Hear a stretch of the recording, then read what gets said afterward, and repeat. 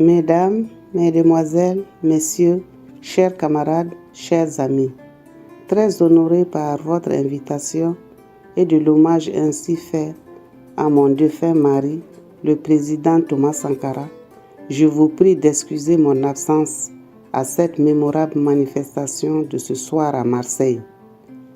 Depuis plus de 30 ans maintenant, je mesure à chaque instant combien les idéaux, l'œuvre et le message universel du président Thomas Sankara demeurent toujours dans notre mémoire collective.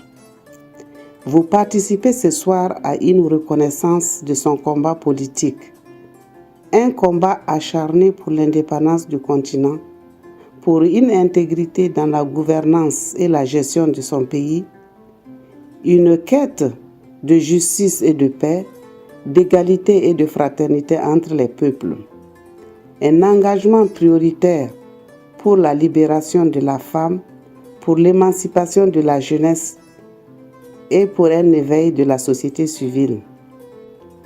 Ce soir, pour cette nuit des idées au Muséum de Marseille, vous mettez à l'honneur tous ces héros africains fauchés brutalement et dont le seul tort a été de vouloir œuvrer pour leur pays, d'être à l'écoute et au service de leur peuple.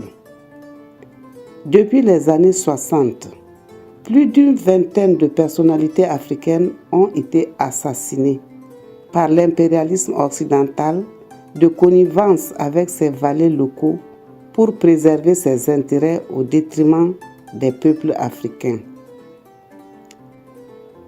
De Oumniobé à Ali Soli, de Mehdi Ben Barka à Amical Cabral, de Patrice Lumumba à Sylvanus Olympio, de Melchior Ndadaye à Anwar El Sadat, de Marianne Gouabi à Richard Aratsimanda Drava, de Modibo Keïta à Félix Moumié, etc.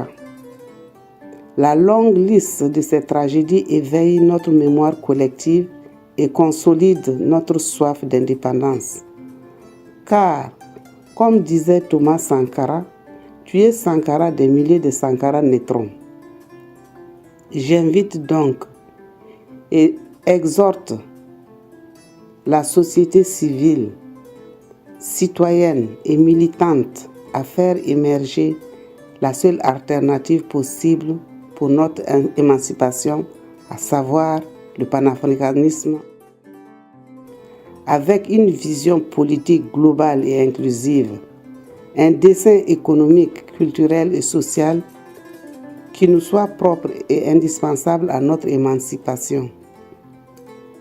Il s'agit d'un vrai défi à relever pour les générations futures, à l'exemple du combat mené à son temps par Nelson Mandela, de l'engagement militant de Kwame Nkrumah, de Konef Kanda ou de Frank Fanon. La rencontre de ce soir s'inscrit dans cette dynamique. Je ne doute pas de sa dimension instructive et pédagogique par la qualité de vos échanges et de vos contributions. Vous êtes le symbole de cette Afrique nouvelle que nous avons à construire ensemble.